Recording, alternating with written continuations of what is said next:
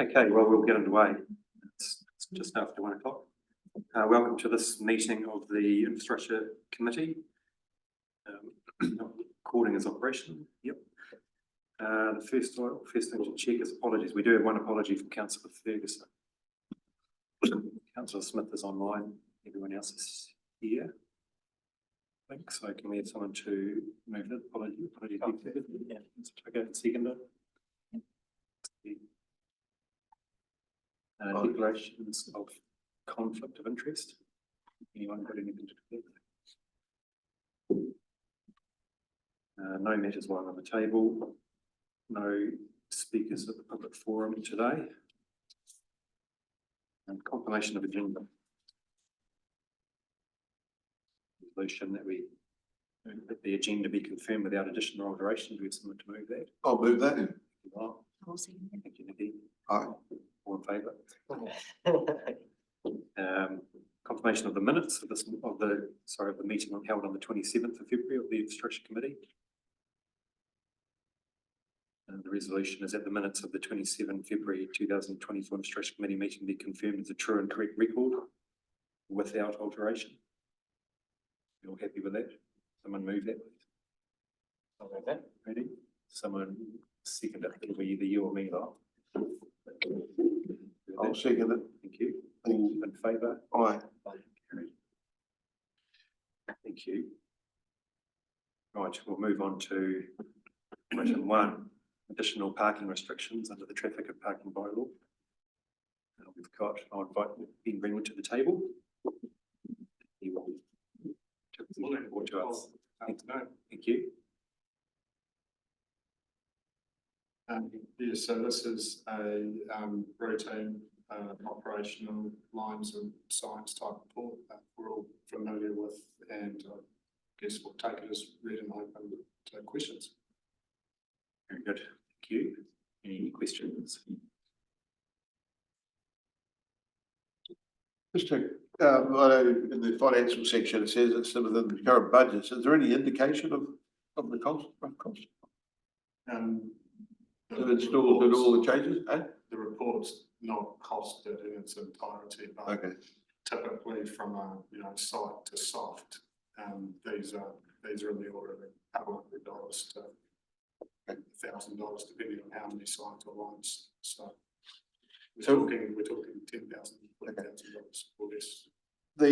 When you talk about no parking off a roadway sign, can you just tell me what is that sign with the red cross on it? Blue with red, is it a blue with red? A version of that sign. I think it's a square sign now with a symbol. Yeah. Oh. Yeah, I'm just trying to understand, looking through all this, is this an ongoing sort of activity? Because looking at some of the places they want the yellow lines and everything, is it generated by residents requesting it, or is it part of your review of the roads after the development's done? Because looking at a lot of streets around Monaco. If we carry on like this, we're going to have yellow dotted lines on just about a lot of our streets. And because a lot of our streets you can only get one out. We weave up. It's good. It controls the speed of traffic. You wind your way up. And I know the question comes up about getting emergency services and that in. So I just wondering what's the criteria and how far does this go? Are we going to see a lot more of this or what? Yeah, so at a high level, we haven't undertaken a network-wide assessment of everything. That would cost a lot, and we haven't yet done that. So all of these items are coming through the program as ad hoc requests. Okay. That typically do come from members of the public. They then get reviewed for their appropriateness against our guidelines and standards, and then after that, a decision gets made to put it on the agenda. Do many get told no? I don't have the stats slide. Okay. I'd say many more get told no than those that get included. Okay. Thank you. Thanks. Thank you. Thanks. Just a query about Henley's Farm and the extent of the problem with people parking on the sides, and I'm not sure. Yeah, just that for start. Yeah, so that one has been included on the program because of people parking near the cafe that's there now. Oh, so sorry. The, sorry, should be more specific, the one where they're not allowed to park on the verges in the grass and, which is not included in the maps. Sorry, I'll find you can correct me if I've got something wrong. Oh, sorry, it's not. It's, which one is it? Sorry, it's at Jack's Point, Henley's Farm Development, no stopping. Motorists are parking cars across footpath, curb ramps across the whole development, install stoppings, no stopping lines, broken yellow lines, and it's not included. So I'm just, one, I guess because it's not in the map and it's relating to, I'm getting confused between my things, I think. Was there one in there about putting signs across the whole development to stop them parking on the grass? Or am I That's reading what through? that one looks like. Yeah, I can give you some guidance on how that would be implemented, if that's what that item is. I guess what I'm trying to understand is how many people are doing it, what's the issue and what's causing it, and is there, and it's not related necessarily to today's item, but in terms of allowing these developments and subdivisions to go ahead before we put the lines in, and then having to retrofit when they may not have parking on site or something. And It's a significant issue, but it's one that sits really with the planning team to answer that question. okay, The installation of the lines after the fact is what we're doing here. yeah, And those are being installed because people are parking where the development didn't really intend parking to be. yeah, And Hanley's Farm has a lot of really narrow roads that have issues. That's a weekly complaint that we get from the bin truck operator.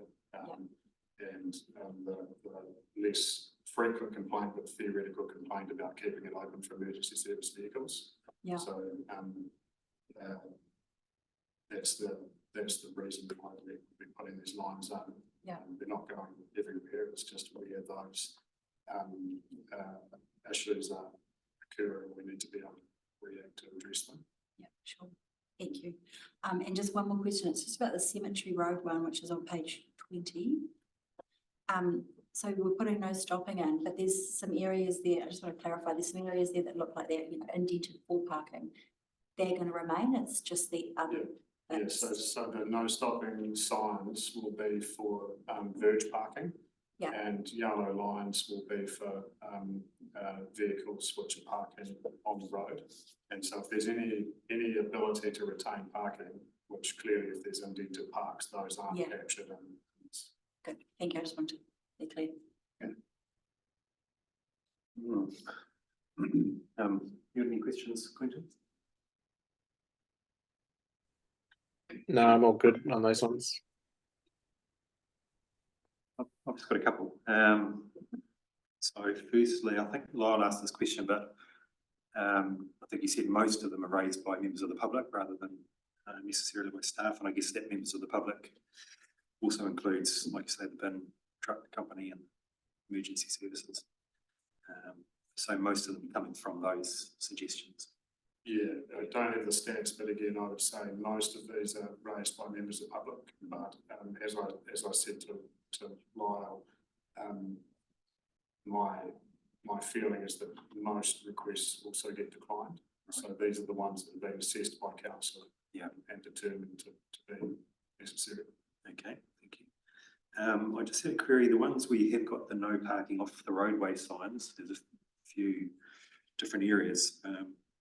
The pictures show, you know, a sort of a shaded area across the roadway. Is that indicating that there'll be a sign on each side of the roadway as you enter that street? Is that how it works? Yeah, so what we're looking to do is to minimise sign pollution when we install the signs. So the way that the maps are framed up is that it's got areas where we want to install restrictions. How those signs actually get installed on site depends on the nature of the areas. So some areas like I'm just on page 18 with Arthur's Point. Yes. That's got zone signs because it's clearly entered just by one way in, one way out. So we can deal with it with just one sign. Yes. And some of the other areas where there's hatching along a longer length of a burn, more likely to have more signs along those areas rather than being captured by a zone sign. Yep, no, that sounds good. Page 20 also, that's one of the ones you were just talking about with the hatching along the long length of Cemetery Road. Is there any, was there any consideration given to putting broken yellow lines on that street? I think there already are. Right, so it's really So the signs it's of the people that are parking. parking behind the lines on the verge, and so our verge parking, traffic and parking bylaw bans that from being allowed. Right. And to allow enforcement to enforce it when then the signs installed. Okay, that's great, thanks. Most of those are pretty good, and I just had a question about pages 26 and 27. I think that covers the ones on Park Street at Brisbane Street, Hobart Street. It seems like, what's the, how do you decide how long that section of broken yellow line should be? It's only for pedestrian access in and out. The Hobart Street one looked particularly long for what it was trying to achieve, I guess. Yeah, okay. It's really an assessment of could an extra car fit in there or not. And car parking stall is 5.4 metres long, and so if an extra car parking stall could fit in, it would be great. Yeah. Am I correct though in thinking that these yellow lines are only, they are going in between the existing hockey stick white lines anyway, aren't they? They're already marked out. Yeah, so that's already an area that we've probably tried to highlight not to park there by marking hockey sticks. Yeah. And people do keep parking there, so we need to put the lines there to make it more obvious. Fair enough. Sounds good. The Glenda Drive one on page 31. It looks obvious that you could be parking there. Do you know why there are yellow? I think there's existing no stopping lines there now. Do you know why they were put there in the first place? Couldn't tell you, but I do know that Glenda Drive was, the layout was changed a number of years ago, maybe 6 to 8 years ago, when the Hawthorne Drive link was put in. And so there might just be some historic anomalies there. Yeah. Okay. The Robbins Road outside Queenstown Primary School. I guess there will have been an assessment to make sure there's still sufficient length for the number of buses that need to use it, left over when it's reduced slightly. Which numbers that one? 33, sorry. Page 33. Yes.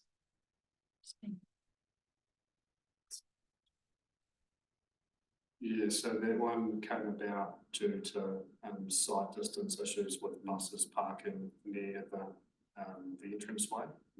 And it was worked through with the school. I believe the school have actually been the ones to request this, so we were cautious about the impacts that would have on the bus parking, but it's actually the school that have asked for it. Right. So we don't think that the stakeholders that's going to impact on will be worried about this decision. Okay. The distance that's moved back is largely around site distance, but I think there was a little bit of balancing to ensure that we were leaving in the right sized bus bay as well. Okay. Okay. You haven't spoken to GoBus. GoBus, I think they provide the school buses. I don't know specifically who's been spoken to. It's Hugo's report, but I do understand he was working with the school. Okay, thanks. Then I just wanted to go back to page 28. That's Thompson Street. It mentions, back in the text, actually, where was that? Back in about page 15, was it? It mentions about tying into, 16, sorry. Broken yellow lines to facilitate safer alignment of the new / existing arterial road interface. It's not quite an arterial road just yet, is it? On top of the street. An interface between where the arterial road stops and the next stage of the arterial hasn't been constructed. So this is an addition to allow the layout to function. I just wondered whether it was premature that this was being done on this particular part of the street, because it's outside of the work that's happened on the remainder of Thompson Street. It's also obviously covered by the B2 active travel route that's coming through there, but that didn't. The plans that are available for that don't show any necessary no parking lines to facilitate the active travel route for that part of it. I understand your query, but it's not, okay, so it's not enabling works for the next stage of that project. It's to facilitate a safer transition at the present point in time between the new arterial and the existing network. Because at the moment there's an offset between the approaching alignments, and having vehicles parked too close to the intersection in that area means that approaching vehicles are even further offset, and there's even more of a dog leg that they need to do. Okay, yeah, I have been up there, but not since this report's come out, just to get a feel for it either. There's a bit of a dog leg there. Okay. No, that's fine. I guess the only other question I have is a more general, broad question about whether there's any, someone, a neighbour, say, or someone living nearby might suggest something like this, or, any of these different solutions. How do you then assess who might be affected by it and whether it's worthwhile considering, I guess? What's the process that goes behind that? So we always want to start with trying to retain the parking. So we definitely approach it with an aspect of wanting to retain the parking that's there. Right. We then look at factors like the carriageway width that'll be left behind if, say, parking was to occur on both sides. And if that's then not sufficient, we then look at, for example, which side of the road might be best placed to remove parking from. So I guess there's a few different steps that are thinking about at all times maximising the amount of parking that's there, which is, I guess, it does conflict with what's happening is removing some parking, but we're trying to remove as little as we can. Very good. Thank you. No other people? Oh, Mark. Yeah, sorry, just go with clarification on 29 outside St Joseph's School. So we're ending up with a larger drop-off pickup area, is that right? The red and green is all drop-off pickup, is that correct? Currently, the red is drop-off pickup and the green is existing no stopping lines. And we're proposing to extend the Red. Essentially the red to create a larger pickup drop-off. And the reason the yellow lines are there at the moment is because the people in the parks on the other side of the road can't get out of the parks while the cars park in their pickup drop-off zone. So we do have the pickup drop-off zone is a very short-term thing. And I guess this is an example of where we're trying to add some parking, even though it's not ideal. It's a compromise between. No, I don't disagree with that. But the restriction and time limit, how practical is it to have P30 for an hour? If you're wanting to move, I guess it's people almost treating that like on that hour, 8:30 till 9:30 and 2:30 till 3:30 is almost treating it like a pickup drop-off point. But I just don't understand how practical, half an hour for an hour period. So you're going to have someone there, if you're going to want to get movement of traffic, you make it 10-minute parking for an hour, wouldn't you? Just to keep people moving through. I'm just trying to, what you're trying to achieve there. Because at the moment it's unrestricted, so you park there all day. And then for 2 hours, you're going to 30-minute parking. That's just, just within an hour. So you only get 2 people parked there. I'm trying to understand the practicality of it, that's all. Yeah, that's a good question. I mean, we've worked with the St Joseph's School to establish what their preferences are for the parking here. Okay. And then we've balanced that with trying to ensure that there's still some parking available for the residents in the area too. And so there has been some discussions with the stakeholders, and that's how we've arrived at those restrictions. Okay. Interesting. Happy to move the recommendation. Okay, so we've got the questions, we've got the resolution before us, which says that the Infrastructure Committee, 1, note the contents of this report, and 2, approve the changes to the new and existing restrictions applying to the on-road and off-road parking restrictions that set out in Attachment A and Attachment B. These will come into force once signed or marked Councillor Gladding has moved it. Happy to move it, and we've got someone to second it. Councillor Tucker, thank you. Beginning to just have a few words. Sure. Yes, look, it's mostly about the subdivision thing, which is obviously sits with planning, but I do think we need to be aware that, you know, if subdivisions are creating homes that don't have parking and then we go to retrofit, this does have an impact on people that we need to be thinking about. I'd like to think that we talk to community associations when we do this, sort of to understand the extent of the issue and any ways we can sort of mitigate it. But I guess it's something for the planning team to look at. So yeah, maybe mention that down the track. Thanks for the work. Thanks, Ben. No other, thanks, Beth. Thank you. Thank you. Right, all in favour? Aye. Aye. Thank you. Thanks very much. Right, item 2 is new parking restrictions under the traffic and parking law. Invite staff to the table. And the reports author is Ms. Jessica Hughes Hutton, and we'll be representing the report. Yeah, so here we have Brian Pringle and Christine. Right. From Parks. Right, okay.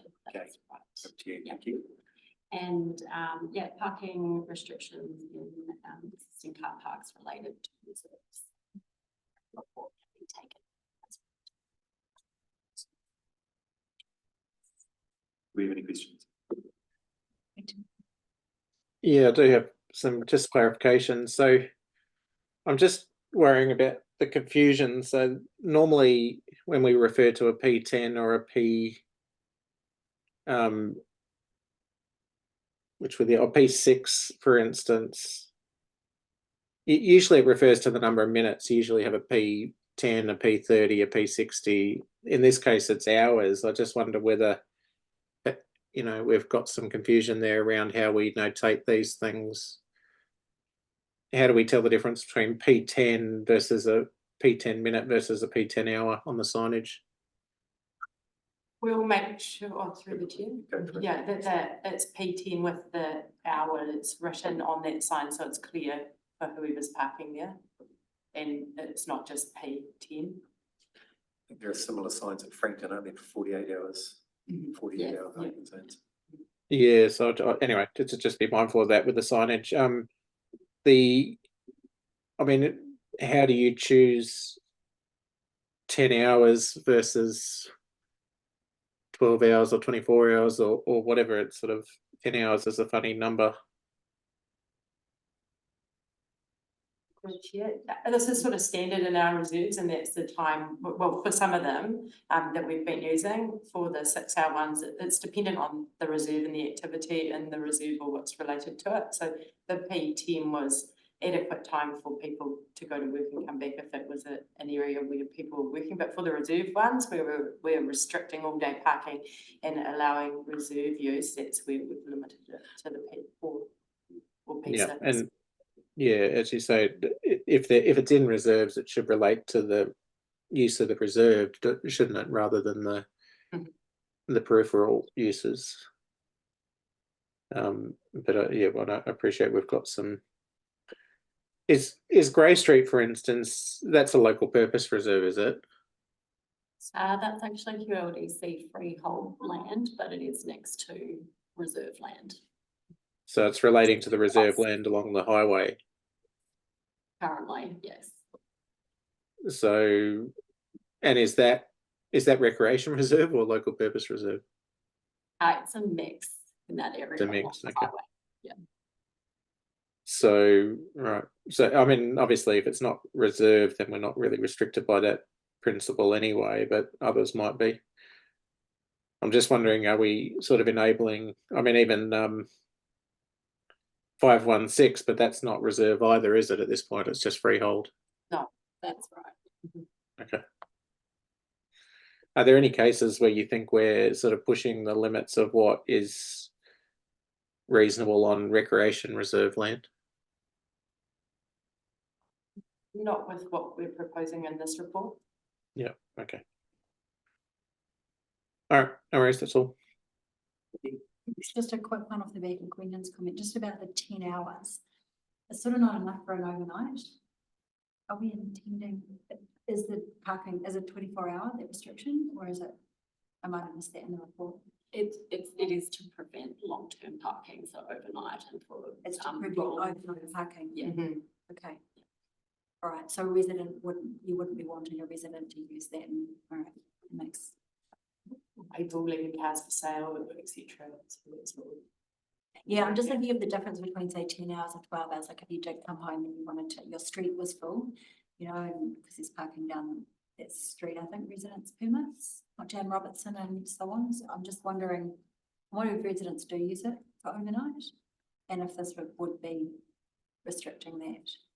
And have we had a really good think about whether it matters, because does it matter if a car's parked there overnight and leaves in the morning sort of thing, or? I think we were, by putting these restrictions in place in these car parks where they are, we were trying to prevent that overnight parking where people are leaving them long term. And there, we have experienced this behaviour in these car parks. So the 10 hours, if someone was coming home from work and parking there, they'd be able to park there for the 10 hours and then leave in the morning. So 10 hours is adequate. And Well, I'm up on that, that's where I was coming from, whereas if they got home at 6 o'clock, say, they have to leave by 6 in the morning. It's being a bit, you know, maybe it wouldn't matter, maybe the enforcement wouldn't catch them, but if we've got cameras, it might, and would an extra 2 hours enable residents to use it overnight? Because I can't see the damage that would do if they were using it overnight. It's sort of- They'll be empty otherwise. Shouldn't yeah, so why not use the space, given that, yeah. I don't understand why we wouldn't allow residents to use them overnight. I think we went with 10 hours because that is the standards on the other reserves that we've used. Just wondering. and most of these are not in high residential areas either. There's not a lot of urban housing around them. Yeah, no, and look, some of them it would be fine. I'm just wondering I was looking specifically at the Robertson Street one, I think, the one off there, and wondering if that, no, not Grey Street. Grade Street one would be one of the Yeah. Robertson Street. The one off Robertson Street, why it would, yeah, I just don't understand why it would be an issue to sort of extend it. I guess that there's standard P10, you know, even P10 is across the board, but are we looking at each different site and going what's appropriate at each different site, given who might need to use it? And are we unnecessarily restricting some uses that might be logical in that place? Robertson Street isn't as high density as some of the new developments. I don't think there's been a lot of pressure from local residents in that area. And that particular site, we did have unregistered vehicles parked there for long term. One of the issues that we had. So yeah. I understand that, it's just the difference between the 10 and the 12, because yeah, I agree with you, you don't want them there for a long time. Why 10, not 12? Or Then you could also say why 12 and not 14 or 16. well, you could, yeah, you could, but that's why I'm saying there's a specific use of overnight. You know, if you're parking overnight, you're probably at home for more than 10 hours. So the reason you've already given us a standard, Within across the reserves. So it's, yeah, Mr. Chair, the Robertson Street one, so that parking is basically for, as a reserve for people park there and go for a walk down around the reserve. Use the trail. A lot of parking there. It's a lot of them. I went there the other day, 'cause we've got a happy field just down the bottom of there, yeah. To me, it would make some. Anyway, that's interesting, yeah. I know Robertson is quite busy, so, you know, I've often wondered how that, you know, the truck comes down and collects the rubbish. And when you've got cars parked on both sides of the street, and, you know, it's got to be quite awkward, I mean, you've got all this parking sitting there, it's like, oh, but I suppose we can address that sometime in the future if we need it. So sorry, Mr. Chair, the parking on Robertson, you got them marked on the one side, the other side of the angle, the right angle parking on the other side, that's not part of the reserve parking then, is it? What's that? It's a Jehovah Witness. We have an easement over that. Oh, okay, yeah. For accessing the reserve. Yeah, that's interesting, because that came up as an issue with, I said land swaps. Okay, cool, thank you. So that's what I was going to say. I learned something by reading these, that what I thought was just a private car park, but there is a sign at the entrance, which I think suggests that it's private property. Now we find out from this that it's actually public reserve. So it's interesting to know. Good word. Park there now. I've just got a couple of questions. Firstly, What's instigated the review of these? Has it been from just things that you've observed as staff members, or is it? It's public? predominantly from the community over Right. the last few months. Items 10A and, 10 and 10A, the Sunshine Bay boat ramp. Are they actually changes in the description on the table? It suggests that the main action is to enforce the existing signage. And is there actually any changes going on there, or is it already signed as such? Those signs are already in place and they've been there for some time, so it's just being able to enforce them under the bylaw. Right. Okay, so so the changes that are proposed here are to bring it in line with what the signs are saying, is that right? So it can be enforced. Yes. Right, okay, thanks.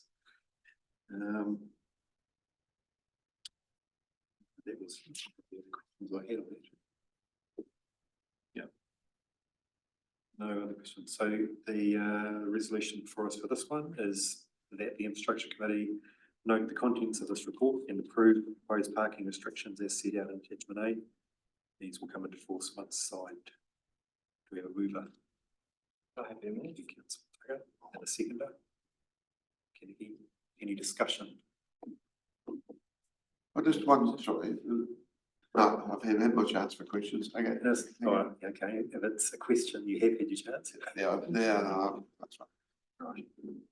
Okay, no other discussion, then all in favour? Aye. Yeah. Carried. Thank you very much.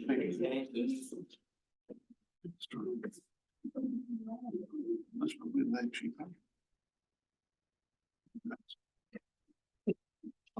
I think we have.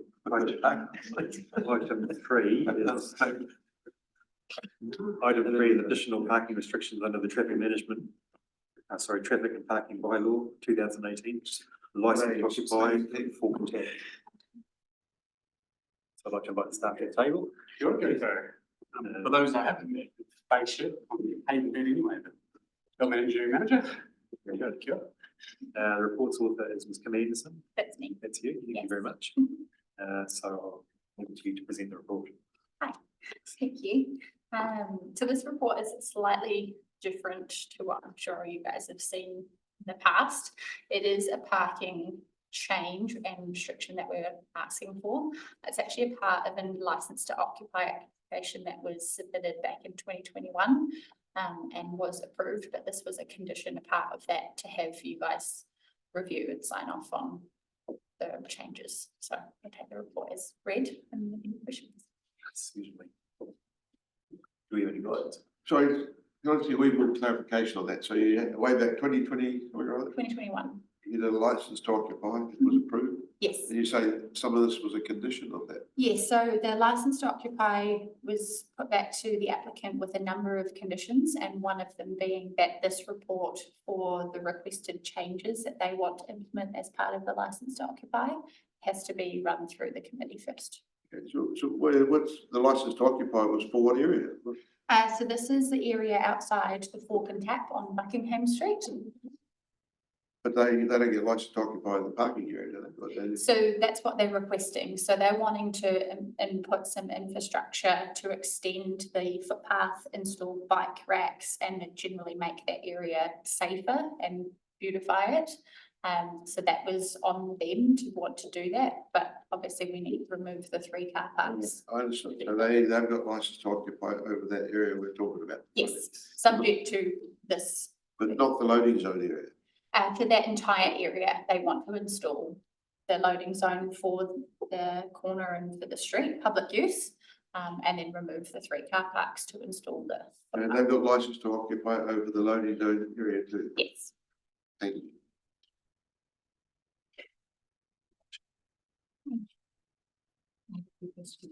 Sorry, Nikki. Thank you. How does it work when you have a loading zone that is under a license to occupy? How do we retain control, and why would we allow that to be under a license to occupy rather than just creating a loading zone? So it was requested to add one. It's not been, I suppose. It's at our request. It was It's at- our request, Yeah, yeah. at our pleasure, basically. It's, again, license to occupy is at our pleasure, so we could of course remove it at any stage, but as part of the application, council wished to have that with the removal of the 3 spots to add in the additional area for loading, which is for public use. So it's not their loading zone. It's not, they don't have a license to just park in that. It's free for public use. And this is part of their resource consent Part of the- requirement. Yeah, part of their license. Right. Yeah, so it's not, whilst it's covered in the license to occupy, it's not theirs to own and use. It's, I Why did we require a loading zone? believe, because of the removal of those 3 parks. But that's very different, like parks are different to loading zones. So why did we require a loading zone? What, I believe we had an on-site meeting. Yeah, so there was an on-site meeting, that occurred with the P&I engineering team. And that was back in 2021 when this proposal was being put forward. I wasn't at that meeting, so I don't know, Yeah. exactly what happened, but I understand that, P&I have decided that a loading zone in Arrowtown would be useful, and that this was an opportunity to include one, and that it was supported by the applicant as well. And it's just part of these overall works, to improve the road reserve area. I'm just wondering why we would, I mean, I understand loading zones are useful, but then you choose the site of the loading zone, right? And you choose it according to where you need a loading zone. To me, it looks like a loading zone that's mostly useful for the applicant and not anyone else. So I'm just trying to understand why we would request a loading zone, but I can take it, yes. I was just wondering if like they thought removing the car parks, meaning that there may be people they could drop off that they prefer to be right at the door, maybe the elderly or in a different mobility stance. And they felt the need to provide an alternative when they took away parking. And that loading zone is near a number of other businesses too. It is very near to this one, but it's within useful distance of most of the main street. So I would anticipate it being used by a large number of others.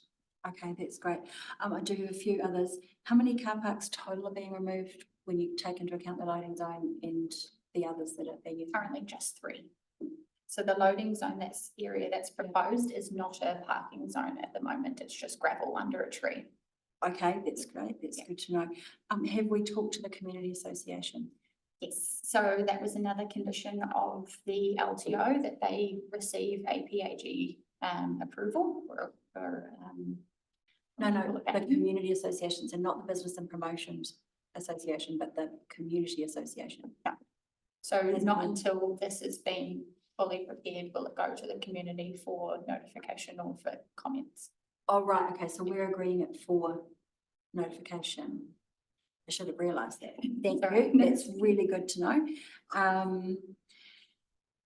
And the other thing was, have we talked to parks about cycleways? So obviously this is being, this is great. There's some bike paths, but there's already a little path there that presumably people could use or kids could use to ride their bikes down towards the river. Yeah, sorry, I just put it up on somewhere just before about we're agreeing it for notification. Yeah. What do we mean by that? Because I think this is the process to agree. That's what I thought. That's We're approving it. The second item of the agenda is approved, not notified. yeah, that's what I thought. So what were you talking about? With So once this gets through, if it gets through with you guys, then it has to go to public notification for any comments or concerns in general. And then from there, Sure about it, because it's not what the report Yeah, it's says in not what the terms of report says. recommendations. it's for the LTO. So this is where we've got 2 reports that are somewhat merged. So this is Right. one portion of the LTO requirements, and then the second portion of the LTO will be required for community notification to get any comments or concerns that council then cover. So none of these works would be installed unless the LTO followed its Correct. process. Yes, this is halting the LTO as it is. Do we agree the LTO when it comes back? The LTO's already been approved subject to this, and there have been conditions put in place in the LTO to satisfy any comments or So concerns. who will be considering? So if we agree this, then the LTO goes out for public notification, Yes, comments are received, yes. then who is going to make the final decision on the LTO, not council? The council will make the final decision on whether we pull it or whether we allow the applicant to go ahead. Great. So if the community had any concerns about the potential for a bike path is lost because we're doing this and there's nowhere else for bikes to go. Because this is one of my concerns, is that we're providing for bike parks, but actually we're precluding potentially a bike path being developed through there and through the loading zone area. And I just wondered if parks have been talked to about that, what their thoughts were.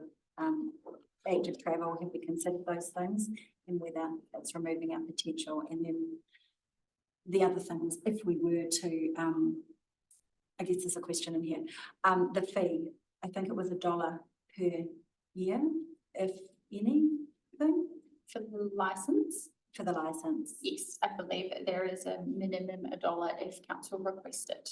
So I guess my concern around that was the parking that's there. If parking was retained and you did cost it out and you charge it, there's a lost revenue stream for council and ratepayers, going to the benefit of the Falcon Tap, because it's a significant amenity and for themselves in terms of what they're doing.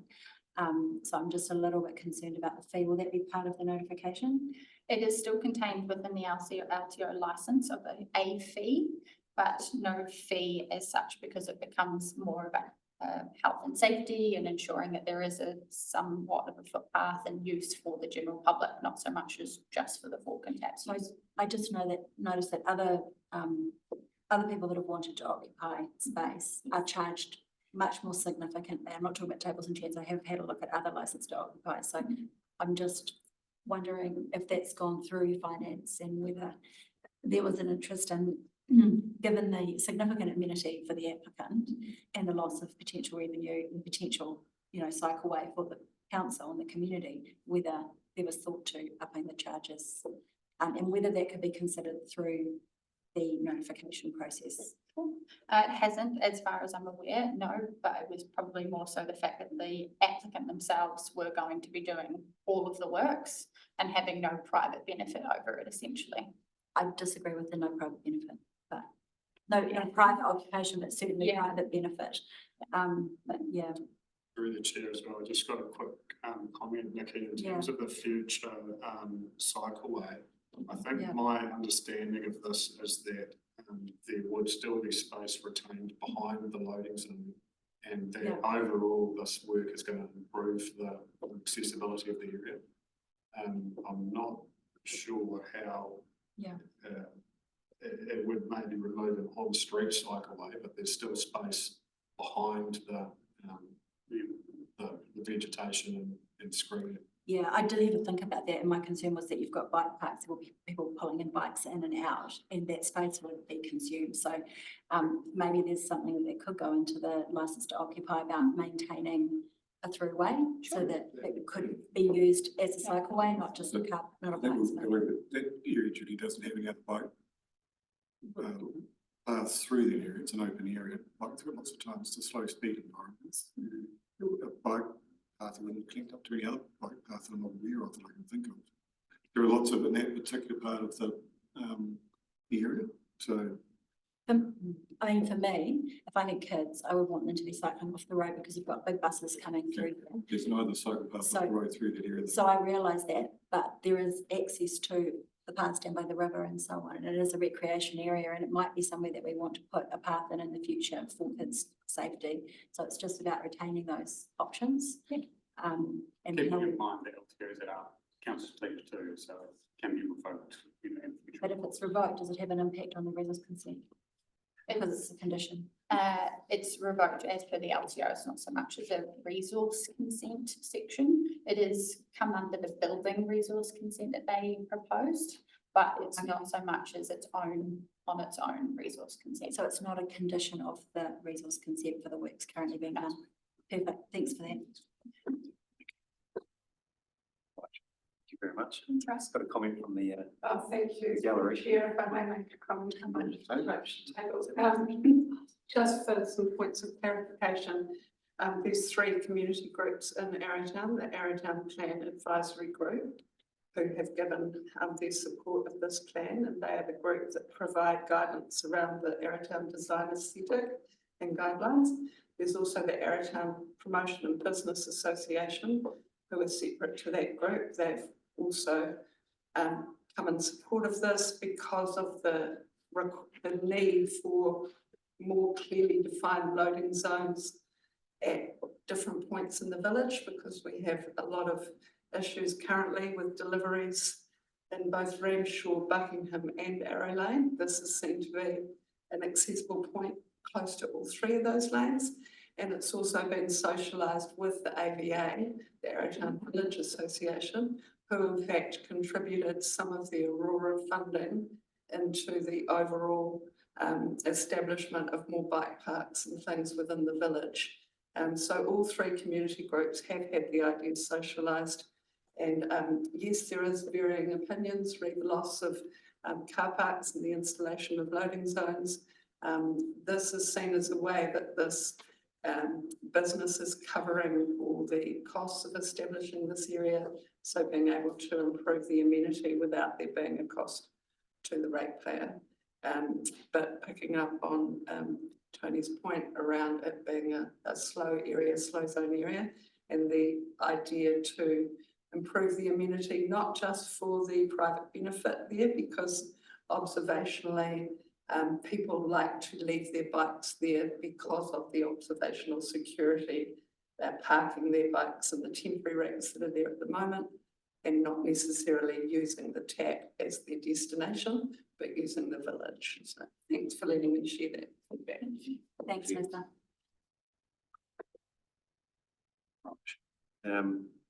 Any other questions? I just had a couple, but I think they've mostly been answered anyway. I just wondered, and it's probably more to do with the whole idea of the license to occupy. Sure.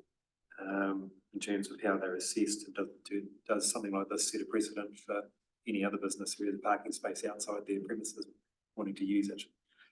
So most licensed occupiers are not granted for private parking. That is a precedent through all of them that come through from when I've taken over.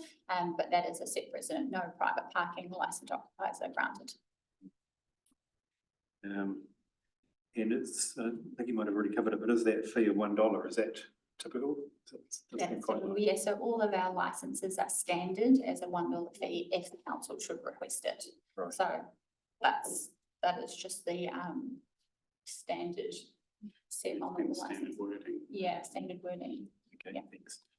And the other point I noted as well, which Lisa's just mentioned, is the support from the different community groups that were mentioned in the report too, well, and the Trails Trust. Yes. Trails Trust and the advisory group. Yeah. No other question? Just one more. One more. In terms of the notification and how you're going to go about asking questions, so all the questions that, you know, sometimes people don't think to ask certain things. How's that piece of communication sort of being framed out? Yeah, so generally we would notify it by newspaper or website notification. However, because of the concern to the community and we want it to reach a wider network, I suppose, the applicant, between us and the applicant, we've actually agreed to hold a community night on this so that anyone that wants to attend can ask questions, they can look at all of the pictures and all of the data, and with the applicant and with us also, we can discuss that with them. That sounds great. They're going to be at the full content. You're right. Might be, I might ride my bike into the studio. Right, thank you very Still much. a bit confused.